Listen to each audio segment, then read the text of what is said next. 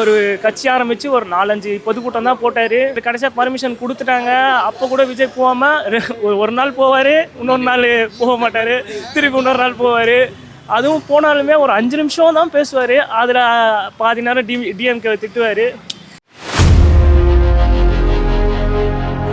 ஷாக்கிங்காக தான் ப்ரோ இருக்குது. என்னன்னா ப்ரோ 2024 கட்சி ஆரம்பிக்கிறாரு, இப்போ சிஎம் ஆக போகிறாரு. அது எனக்கு என்ன சொல்கிறதுனா ஷாக்காக இருக்க இல்லை, அக்செப்ட் பண்ணிக்க முடியல. கண்டிப்பாக அக்செப்ட் பண்ணிக்க முடியல. அது யார் மேலே தப்பு, என்ன தப்பு, அது தப்பா இல்லை சரியான்றதே தெரியல, யோசிக்க முடியல. இது 107 இது. அதுவும் டிஎம்கே இத்தனைக்கும் கொளத்தூரில் ஸ்டாலின் தோத்துட்டாரு. கம்பேரிட்லி கொளத்தூர் சென்னையில் ஒரு நல்ல தொகுதி, நிறைய பண்ணியிருக்காரு. 8,000 ஓட்டு டிஃப்ரெண்ட்டில் ஸ்டாலின் தோக்குறாரு. இது ரொம்ப ஷாக்கிங்காக தான் இருக்குது. அதுவும் ஆப்போசிட்டில் நின்று ஒரு பெருசாக பெரிய கேண்டிடேட்லாம் இல்லை, சக்குன்றாரு. அது முடிச்சு விட்டு போயிட்டாங்க. என்னன்னு இது ஒன்றே விஜய், ஒன் விஜய், அந்த ஃபேஸ் வேல்யூ. அது அதுக்கப்புறம் நிறைய பேர் என்ன சொல்கிறாங்கன்னா, நிறைய ஊழல், மாற்றம், இந்த பாலியல் பிரச்சனை, எல்லாருமே ஒரு இதோட தான். இப்போது என்ன சொல்கிறது, ஒரு 40 தொகுதி ஜெயிக்கிறாரு, இல்லை ஒரு நானே 10 தொகுதி அது மாதிரி தான் ஜெயிப்பாருன்னு நினச்சேன். ஒரு 40 தொகுதி ஜெயிக்கிறாரு, இல்லை ஒரு 10, அப்போ கூட ஓகே. என்ன சொல்கிறதுனா, அதை அக்செப்ட் பண்ணிக்கிற மாதிரி இருக்கு.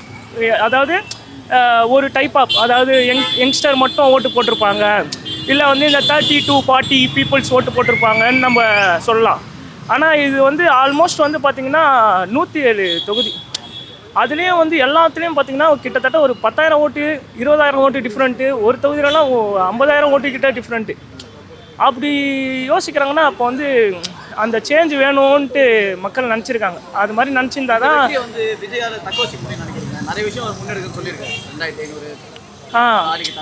அதுதான். அதுவுமே எனக்கு டவுட்டு தான். ஏன்னா அவர் கொடுத்துருக்க அந்த இதுவில் பார்த்திங்கன்னா, இப்போ இவங்க கடன் சொல்கிறாங்க, 5 லட்சம் 6 லட்சம் கடன் இருக்குது தமிழ்நாட்டில்ன்ட்டு. கோடி கடன் இருக்குன்ட்டு. அதை இவர் விஜய் கொடுத்துருக்க அந்த இதுவெல்லாம் பார்த்து கனெக்ட் பண்ணி பார்த்தீங்கன்னா கிட்டத்தட்ட 12 லட்சம் கோடி கிட்ட தேவைப்படுது என்று சொல்கிறாங்க. அதெல்லாம் அவர் எப்படி பண்ணுவார், எதை வச்சு பண்ணுவார்? இத்தனைக்கும் அவர் அதை பற்றி கூட எதுவுமே பேசவே இல்லை.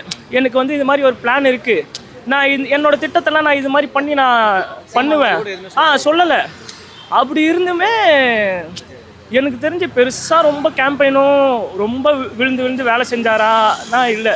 அவர் கட்சி ஆரம்பித்து ஒரு 4-5 பொதுக்கூட்டம் தான் போட்டார். கடைசியாக கூட கலாச்சிக்கிட்டு இருந்தாங்க, இது மாதிரி இது கொடுத்தா கூட போய் பண்ண மாட்டுறாங்க, ஃபஸ்ட்டு அதை பர்மிஷன் தரமாட்டுறாங்கன்னாங்க. சரி, கடைசியாக பர்மிஷன் கொடுத்துட்டாங்க. அப்போ கூட விஜய் போகாமல் ஒரு நாள் போவார், இன்னொரு நாள் போக மாட்டார், திருப்பி இன்னொரு நாள் போவார். அதுவும் போனாலுமே ஒரு 5 நிமிஷம் தான் பேசுவார். அதில் பாதி நேரம் டிஎம்கே திட்டுவார். அப்படி இருந்தும் ப்ரோ இது எனக்கு ரொம்ப ஷாக் தான். ஏற்றுக்க முடியல, உண்மையாக சொன்னோன்னா.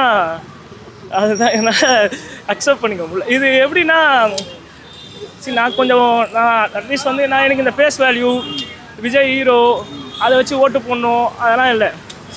நீ எதனா பண்ணியிருக்க, நீ நல்லது பண்ணுங்கன்னா ஓகே, உங்களை நம்பி ஓட்டு போடலாம். இப்போ எப்படி இருக்குன்னா, விஜய் நல்லது பண்ணார், இந்த 5 வருஷத்தில் நல்லது பண்ணாருன்னா, ஆனால் எனக்கு தெரிஞ்ச அடுத்த ஒரு 20 வருஷம் அவர் கையில் தான் இருக்கும். எனக்கு என்னமோ அது மாதிரி தான் தோணுது. ஏன்னா போயிட்டாங்கன்ற மாதிரி தான். அந்த ஒரு 2 வருஷத்துலேயே இவ்வளோ சேஞ்ச் நடக்குது. இப்போ இந்த ஒரு 5 வருஷம் இருக்குது. அந்த 5 வருஷத்தில் அவர் சொன்னதெல்லாம் பண்ணி ஒரு சேஞ்ச் கொண்டு வந்துட்டாருன்னா, அடுத்து எனக்கு தெரிஞ்ச ஒரு 2 டெக்கேட் ரொம்ப கஷ்டம் தான். கஷ்டம்னு சொல்ல முடியாது. அதாவது டிஎம்கே ஜெயிக்கிறதோ இல்லை ஏடிஎம்கே ஜெயிக்கிறதோ ரொம்ப கஷ்டம்.